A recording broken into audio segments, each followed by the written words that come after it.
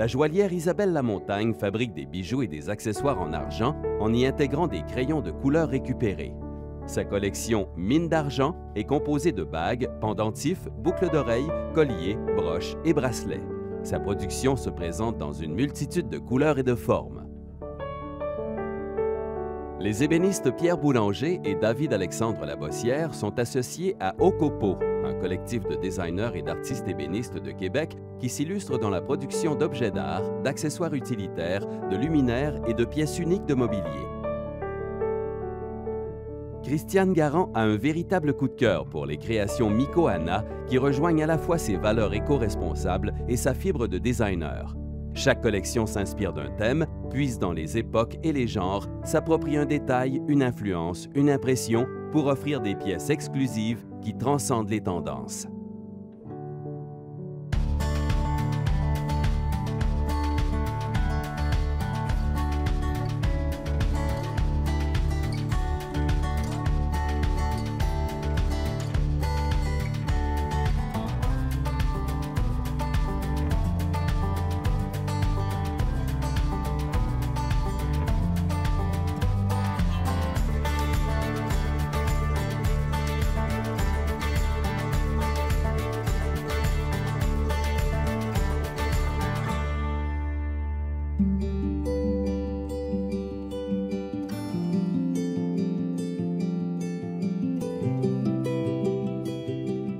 Très jeune, j'avais beaucoup d'intérêt pour la mode que j'ai découvert par la suite. Je pense que des fois, quand on est jeune puis on choisit notre choix de carrière, on a tendance peut-être à oublier des passions qu'on avait quand on était plus petit. Je dessinais beaucoup, je cousais des vêtements à la main pour mes Barbies. Puis je faisais aussi des agencements dans ma garde-robe, des listes de tout ce que je pouvais agencer. J'étais tout le temps celle à la dernière mode. Je faisais monter ma mère magasiner à Québec parce que je trouvais qu'il n'y avait pas de choix par chez nous. Donc on voit que j'avais vraiment déjà un intérêt pour la mode, mais un peu inavoué, je pense, au niveau professionnel.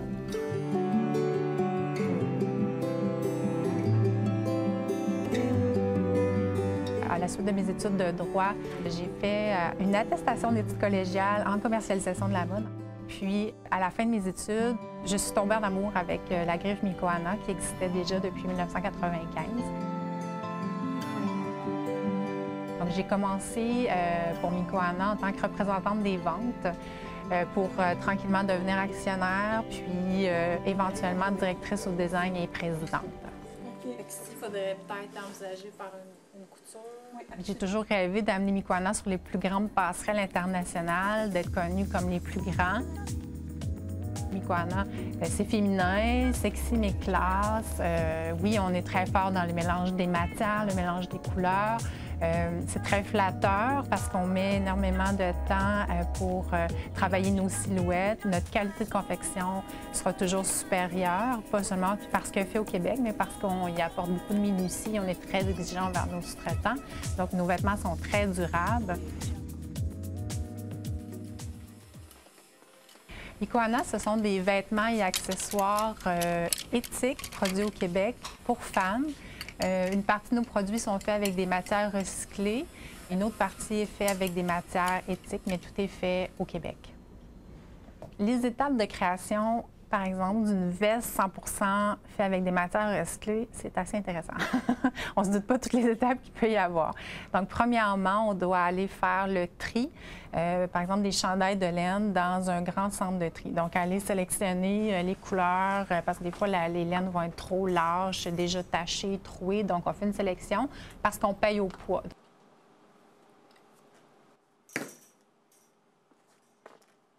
Donc, une fois acheté, tout est ramené à l'atelier, tout est lavé, séché à air froid. Puis ensuite, on va tout classer ça par laine épaisse, laine mince, laine qui pique, laine douce, ça pour pouvoir avoir des usages différents. Quand on a fait un dessin, puis on dit, OK, maintenant, on veut faire des vestes, là, on va dire, OK, bon, cette saison-ci, on va faire des mélanges. Vu que c'est des pièces uniques, on se dit, bon, on va faire des ambiances de couleurs. La styliste va travailler avec des cartes qui vont avoir été créées par le design. Quel genre de rouge peut rentrer dans le mix 2015? Quel genre de jaune? Pas de jaune poussin, pas de Donc, pas des rouges trop rosés, tout ça. C'est toujours beaucoup des zones grises dans le recyclé. À la coupe, on doit ouvrir les côtés des chandails, enlever les boutonnières pour après être capable d'aller empiler et aller chercher avec des pièces patron en épaisseur le plus de matière pour avoir le moins de pertes possible dans chaque chandail. Puis ensuite, on a un bandit qui a été trafiqué pour couper de la laine. Ensuite, ces pièces-là doivent être inspectées avant d'être cousues ensemble parce que des fois, bon, même à cette étape-ci, il y a des trous, des taches qu'on n'a pas vues. Donc, on s'est fabriqué des tables lumineuses où on met la pièce patron et chaque pièce qui a été coupée au bandit doit être inspectée sur la table lumineuse pour être certain qu'elle ne se ramassera pas dans un métrage cousu avec un défaut.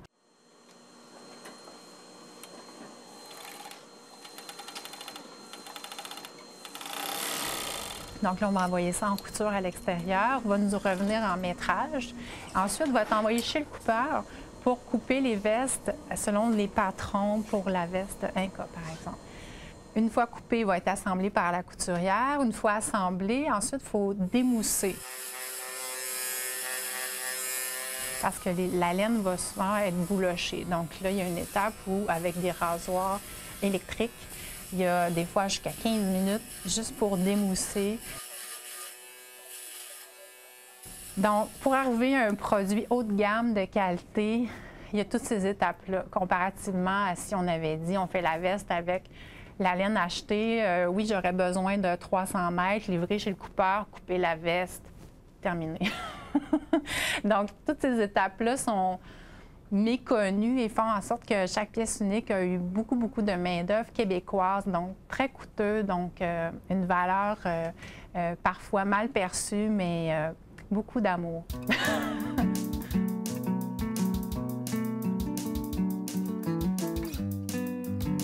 Au départ, les collections Mikoana étaient faites que de matières recyclées. On a dû, malheureusement, avec les années, diminuer le nombre de vêtements faits avec des matières recyclées, des fois le pourcentage, car le prix des matières augmente, le prix des salaires augmente, et plus il y a de matières recyclées dans un vêtement, plus il a coûté cher à fabriquer. Donc, il y a beaucoup de défis à ce niveau-là. Et aussi, le défi, c'est qu'on ne retrouve plus nécessairement des matières usagées de qualité. Par exemple, la laine, ce qui a fait notre renommée. Maintenant, on retrouve presque uniquement de l'acrylique. Donc, notre coût est le même. Par contre, la valeur perçue, au final, n'est pas le même pour le consommateur. La bande, tu la voudrais-tu droite? Tu la voudrais-tu comme avec une forme, peut-être au buste, pour aller passer de la pince? On est vraiment près du haut de gamme de la façon qu'on travaille. C'est presque de la haute couture, du fait que notre fit est vraiment travaillé sur des vraies personnes, pas juste à l'ordinateur. C'est ce qui fait la différence de la qualité de nos fits. Okay. Puis la hauteur est bonne, là, ça va descendre. Oui. À la base, je pense qu'on aime vraiment ça. Traiter les matières recyclées, il y a quelque chose dans recréer, faire des pièces uniques, toujours réinventer les matières, les mélanges de couleurs. Il y a toujours de la surprise dans un chandail de laine qui est inspirant. Donc, c'est très, très inspirant côté création. Donc, même si ça représente des défis, je pense qu'il y en aura toujours par amour et par fidélité aux origines.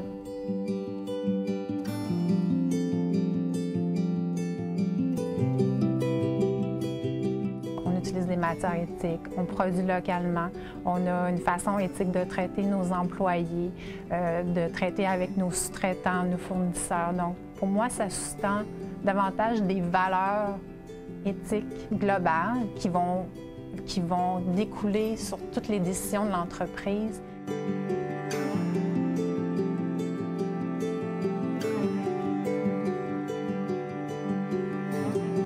Moi, je rêve de un jour recommencer à faire du 100% recyclé, mais d'une façon plus haut de gamme, puis être capable d'y mettre le juste prix, puis que le nom soit suffisamment connu, reconnu pour que les gens y reconnaissent cette valeur que ça vaut.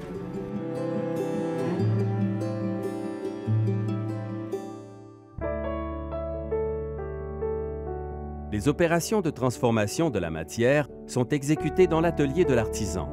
Chaque étape de fabrication peut être réalisée également dans un autre atelier d'artisan ou sur un chantier quand il s'agit de domaines des métiers d'art liés à l'architecture et au bâtiment. L'artisan exerce un contrôle adéquat de toutes les étapes exécutées par ses employés et il est responsable de la fabrication du produit.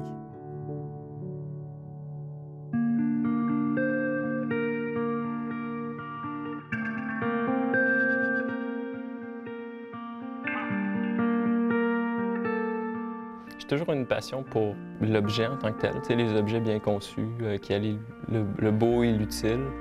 Et puis, ça m'a pris du temps à le réaliser. Par contre, j'ai fait plusieurs autres formations avant de commencer celle en ébénisterie. Puis, c'est à la suite d'un voyage, là, je me suis dit que j'aimerais ça faire quelque chose de concret, là, puis d'utile, qui me servirait dans mes vieux jours. Mon père, qui a pris sa retraite, on lui a construit un atelier, puis on lui a installé des machines pour qu'il s'amuse un peu. Puis moi, j'ai eu des besoins de mobilier. Puis je me suis mis à en fabriquer un petit peu comme ça, sans connaissance précise. Puis ensuite, j'ai décidé de faire des études en métier d'art.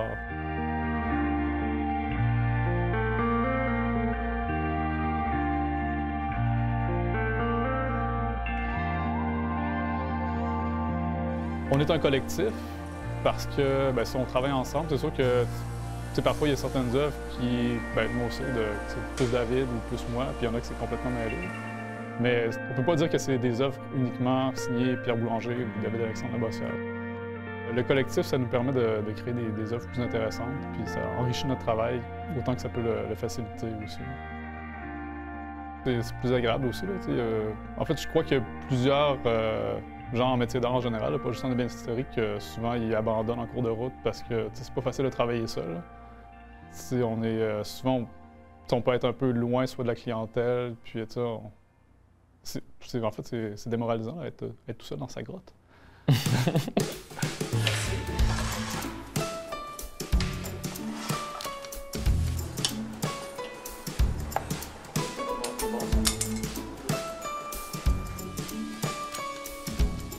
On existe depuis 2011. Ocopo, ça a commencé durant nos études. Au départ, c'était un laboratoire de création, puis éventuellement, c'est devenu un projet d'entreprise. Ocopo, c'est un jeu de mots avec les copeaux de bois. Et puis aussi un aspect japonisant de la chose. Ça sonne un peu japonais.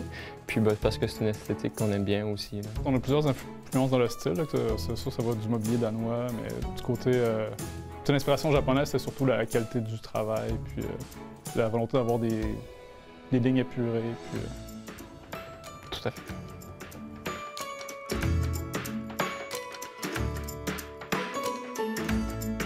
Lorsqu'on crée, c'est sûr que c'est assez varié. Là, comme, parfois, on part du matériau, puis c'est à partir de, par exemple, soit des défauts du bois qui vont nous guider pour aller chercher des formes. Parfois, c'est une commande, on fait du sur-mesure. Alors, des fois, les gens ont une idée précise de ce qu'ils veulent. Nous autres, on essaie de tricoter à travers ça pour amener des trucs intéressants. Parfois, c'est juste une forme qui nous intéresse plus. Alors, on part d'une forme, puis on improvise là-dessus. On commence toujours avec un besoin, puis par la suite, on fait quelques croquis comme ça. Ensuite, on passe à l'ordinateur. On fait un dessin en 3D utilisant des logiciels spécialisés. Et puis pour voir qu'est-ce que ça a l'air, avant même de toucher à la matière, pour être bien sûr que les proportions sont correctes, puis que les dimensions, ça a du bon sens. Là, après ça, on commence à travailler dans la matière. Là. Parfois, on ferait un prototype avec des matériaux moins coûteux. Et puis d'autres fois, on entre directement là, dans le bois franc.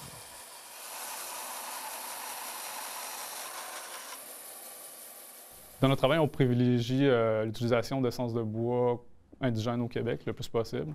On travaille beaucoup l'érable, le merisier, le noyer. C'est sûr qu'on travaille aussi avec des bois exotiques, mais ça dépend toujours de l'utilisation qu'on va faire des objets, du mobilier.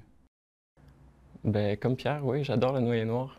C'est vraiment c'est la richesse de la couleur que j'aime surtout. Là. On évite de travailler avec des bois exotiques parce que parfois l'exploitation de ces bois-là, c'est pas très éco-responsable. Ça se fait dans des pays qui ont parfois des réglementations qui sont un peu plus souples qu'ici au Québec et au Canada.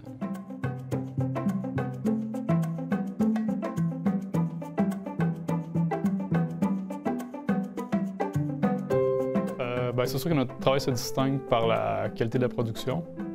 Il y a le design aussi qui est plus recherché dans ce qu'on fait. C'est sûr que si on va sur du sur-mesure, des fois, il faut aller plus avec le client, mais on va toujours essayer d'aller vers quelque chose qui est quand même assez contemporain. Qu'est-ce qui me distingue sinon? On est jeunes, on est beau. Pierre et moi, on a des qualités qui se complètent bien. Puis aussi, quand on développe des produits, on a deux opinions pour développer le produit parfait.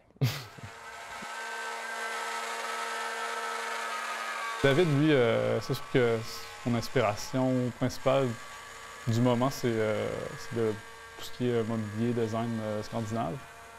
Il est super minutieux dans son travail. Puis, en fait, c'est sûr que c'est un design qui m'intéressait moins au départ, là, mais c'est enrichissant justement de travailler avec lui, de collaborer, parce que travailler avec quelqu'un d'autre, ça peut être autant ça peut être rassurant que ça peut être déstabilisant. C'est justement cet état-là d'instabilité créatrice qui va faire que notre travail va s'enrichir.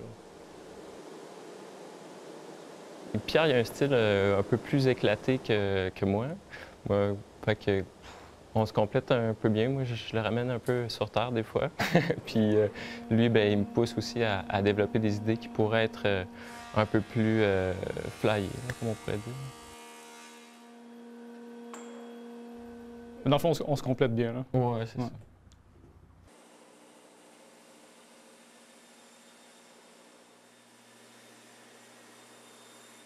Ce que j'aime le plus faire dans mon métier, c'est développer des produits. Partir d'un prototype, l'améliorer, puis arriver avec un produit fini qui est bien léché, dont je suis totalement satisfait. Je me considère pas spécialement comme un artiste, dans le sens que je ne sais pas de transmettre un message ou un message à travers les objets que je produis. Je me considère comme un artisan créateur, oui. Parce que, artisan parce que, je travaille de mes mains, et puis c'est moi qui fais pas mal tout de A à Z. Le fait que ce soit utilitaire, c'est très important pour moi. L'ébénisterie, c'est de l'art en tant que tel. C'est sûr que dans l'histoire, à un moment donné, il y a des gens qui ont voulu séparer toutes les sortes d'arts, puis là, ils ont décidé de dire que, t'as des beaux-arts, t'as des arts mineurs, des arts majeurs. Puis, dans le fond, l'ébénisterie, comme d'autres métiers, que ce soit la céramique, le textile, ça a été classé plus dans les arts, métiers d'art, dans le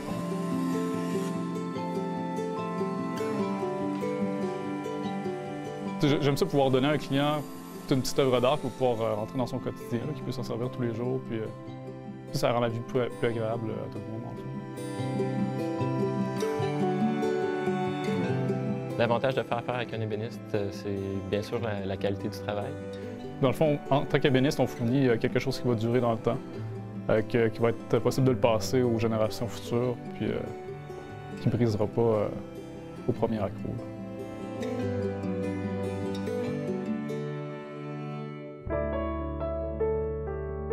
L'artisan maîtrise la transformation de la matière grâce à ses connaissances approfondies des techniques, des matériaux et des procédés de fabrication. L'œuvre est d'une exécution et d'une finition impeccables. Chaque famille de métiers d'art a ses exigences pour que les œuvres correspondent bien à leur fonction. Les productions des métiers d'art répondent à 3 fonctions: utilitaire, décorative et d'expression.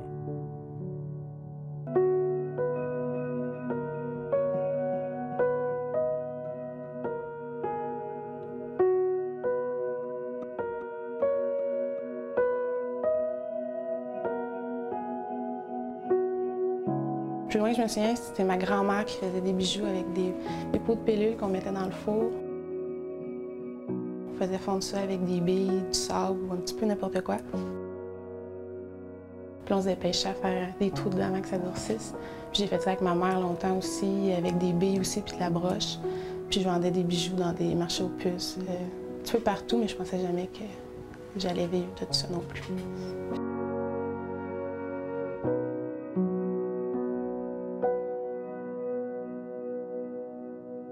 Quand j'étais au secondaire, je faisais toujours art plastique.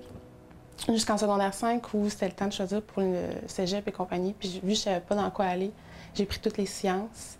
Mais j'ai réalisé cette année-là qu'il y a quelque chose qui me manquait. J'avais besoin des arts plastiques parce que je pense que je me suis tannée en fait des sciences. Puis finalement, j'ai décidé d'aller en joaillerie. C'est vraiment un essai, là. Je savais pas trop dans quoi aller. Puis...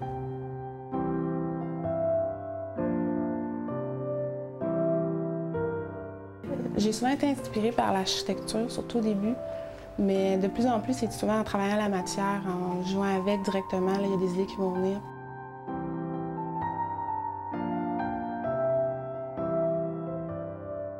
Au début, je faisais des bijoux, ça fonctionnait, mais c'était pas ce que je voulais nécessairement.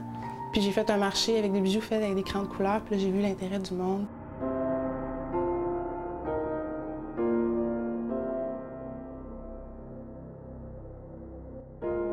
Quand ils réalisaient que c'était fait avec des crayons de couleur, tout le monde, ça leur rappelait des souvenirs, leurs crayons quand ils étaient jeunes, ou ceux qui sont artistes, ou ceux qui sont un peu les professeurs aussi, souvent. Il y a beaucoup de monde qui sont interpellés par ça. C'est les bijoux faits avec des crayons de couleur qui ont donné la go, en fait, à ce que je continue.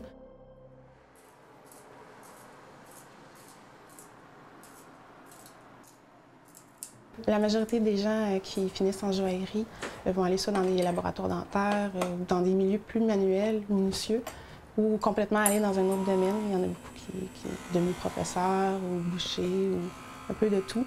Fait que j'essayais de trouver un domaine qui soit relié un peu justement dans des laboratoires dentaires ou pour la fabrication de verres de lunettes ou des orthèses. Mais finalement, j'étais pas bien non plus parce que c'était pas dans mon environnement, c'était pas chez moi, c'était pas pareil. Dans le fond, l'idée de base est venue d'un crayon que j'avais acheté au Dollarama. C'est un crayon mou, en fait, que je portais comme bracelet. Puis je pense qu'à force de l'avoir autour du bras, à un moment donné, l'idée de faire des bijoux avec des crayons de couleur est venue. En ce moment, c'est des bijoux qui sont faits avec des crayons de couleur recyclés. Donc souvent, c'est des professeurs qui vont me donner des bouts de crayon qu'ils ont récupérés à la fin de l'année. Ça, je vais les coller ensemble pour faire des tranches après.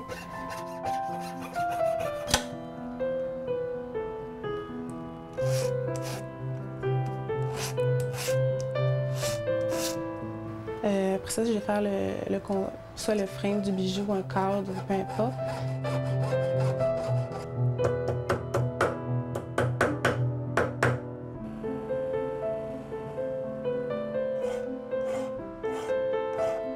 Puis ça devient comme un emporte-pièce, un peu comme pour les gâteaux. Dans le fond, je vais écraser ça sur le bois pour l'incorporer dans la pièce. Puis après ça, c'est de mettre la finition, c'est sûr, puis la résine qui va aller sur le bois pour protéger aussi, puis que ça dure à l'infini.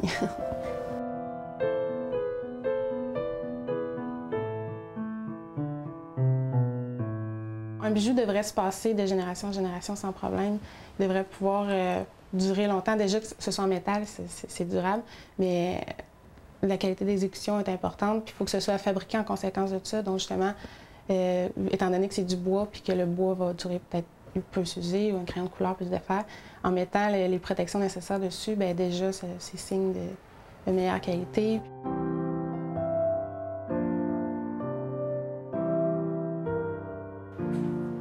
Je suis une ramasseuse, en fait, c'est pas tout le monde qui aime ça, justement, là. Mais des vieilles calculatrices, des vieux cellulaires, n'importe quoi, des plumes, tout ce que je trouve qui peut servir un jour à faire de la texture sur un bijou ou juste l'incorporer, des vieux claviers d'ordinateur, un peu n'importe quoi. Je ramasse tout juste au cas où ça sert à un moment donné.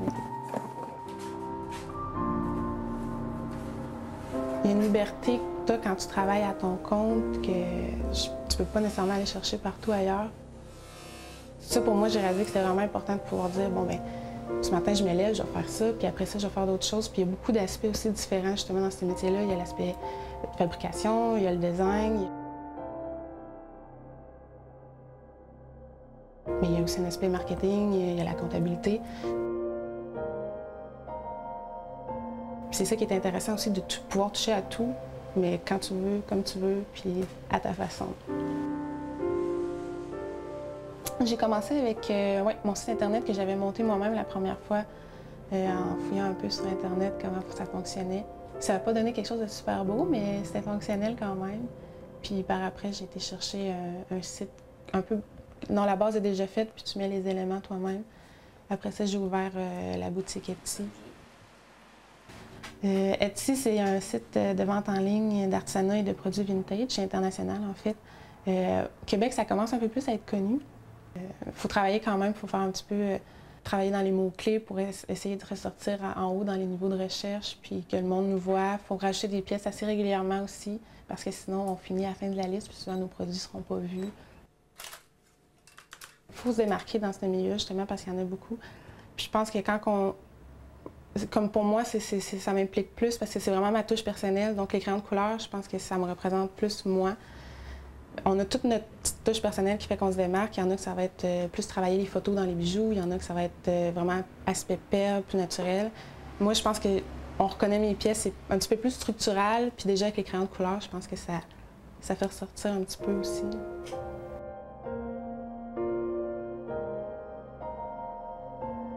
Éventuellement, j'aimerais avoir une autre petite entreprise à côté, que je désignerais seulement le bijou. Ce serait des bijoux un peu comme je faisais quand j'étais à l'école, c'est-à-dire retourner à des bijoux qui se modifient, qui se tournent, qui peuvent être portés de 4 manières, 5 manières différentes. Mais je serais seulement la designer, puis j'aimerais ça que ce soit des joailliers de Québec, mais du Québec en fait, qui fassent la finition, puis que ce soit produit vraiment au Québec pour distribuer dans les bijouteries.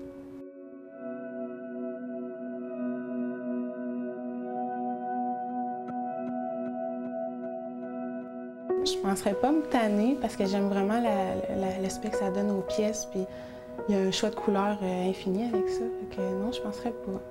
Puis j'aime travailler le bois, puis j'aime le mélange des deux, justement, le bois et l'argent ensemble.